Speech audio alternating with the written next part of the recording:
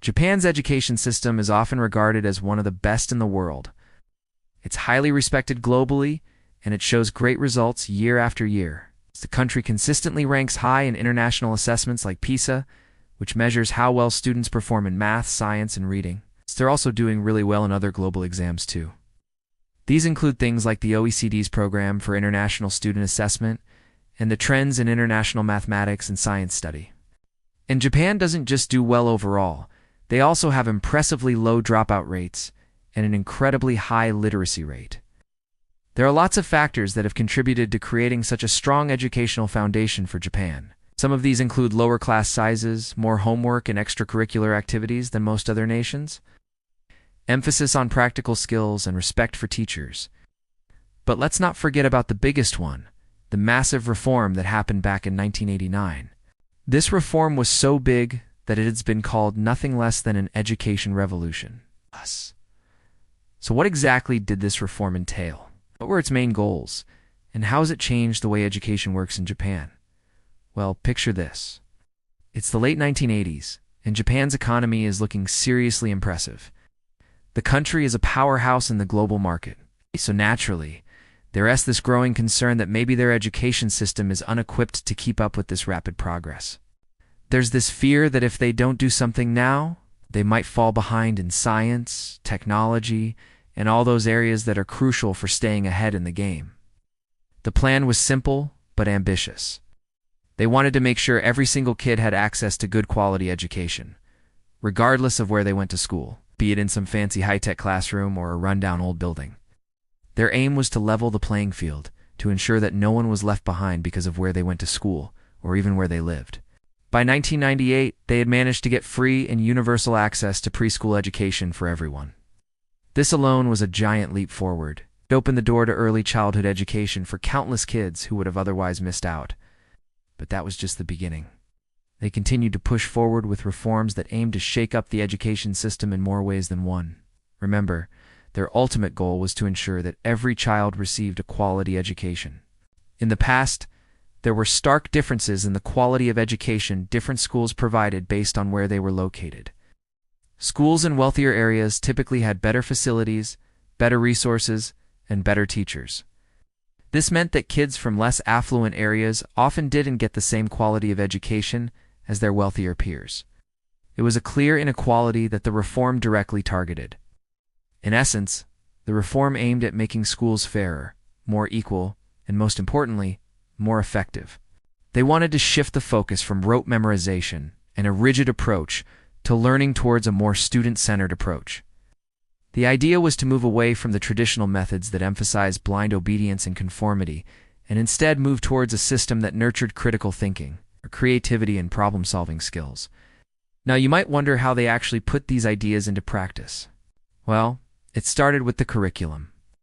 They introduced a new national curriculum that set clear standards for what kids should learn at different stages of their education. This way, no matter where a child went to school, they could be sure that they were learning the same essential things. They also implemented a new set of learning standards, which were designed to make sure that kids weren't just memorizing facts, but were actually developing a deep understanding of the subjects they were studying. Another big change was in teacher training. They placed a strong emphasis on ongoing professional development, providing teachers with the resources and support they needed to keep up with the changing times and the evolving needs of their students. They also introduced a new performance evaluation system for teachers, which moved away from simply observing teachers and instead focused on the impact they were having on their students' learning outcomes.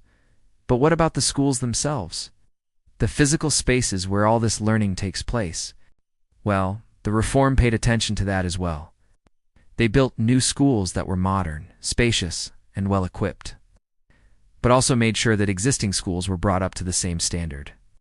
This meant that every school, whether it was brand new or had been around for decades, had the facilities and resources needed to provide a quality education. It's important to note that this reform wasn't a one-size-fits-all approach. They recognized that different regions and schools have different needs, and they allowed for flexibility while still maintaining national standards. For example, they introduced a system that allowed schools to allocate resources based on their students' needs. This meant that schools could decide how to best use their resources rather than having a one-size-fits-all approach. But even with all these changes, you might wonder what made this reform stand out. What was so unique about Japan's approach?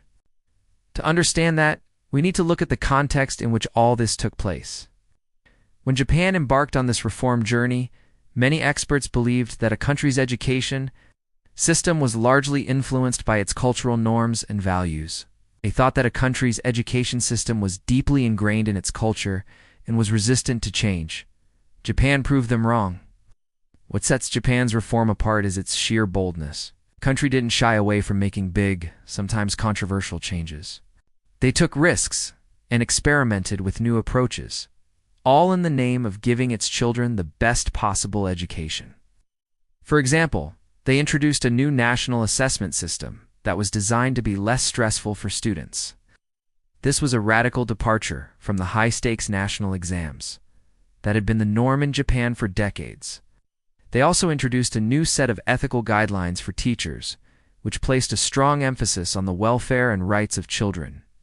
Another thing that set Japan's reform apart was its commitment to ongoing improvement.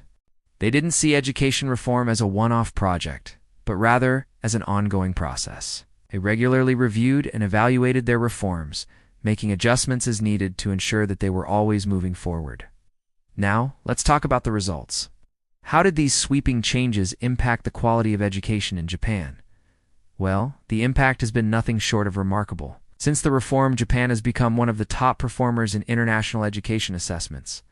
Students consistently rank among the highest in subjects like math, science, and reading.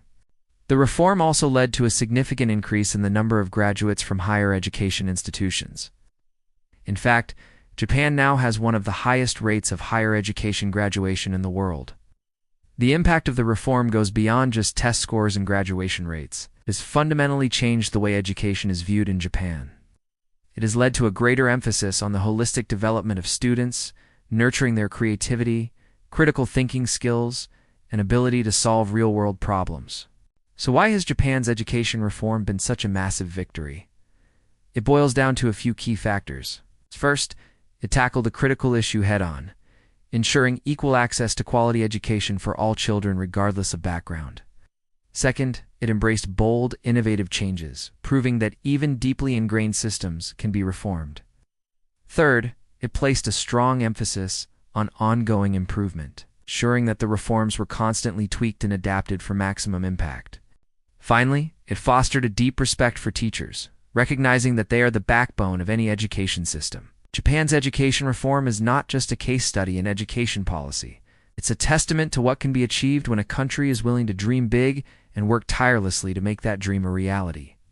It's a lesson for all of us that even in the face of seemingly insurmountable challenges, change is possible, and the pursuit of a better future is always worth it. If you want to know more about amazing stories from around the world, stay tuned. See you next time.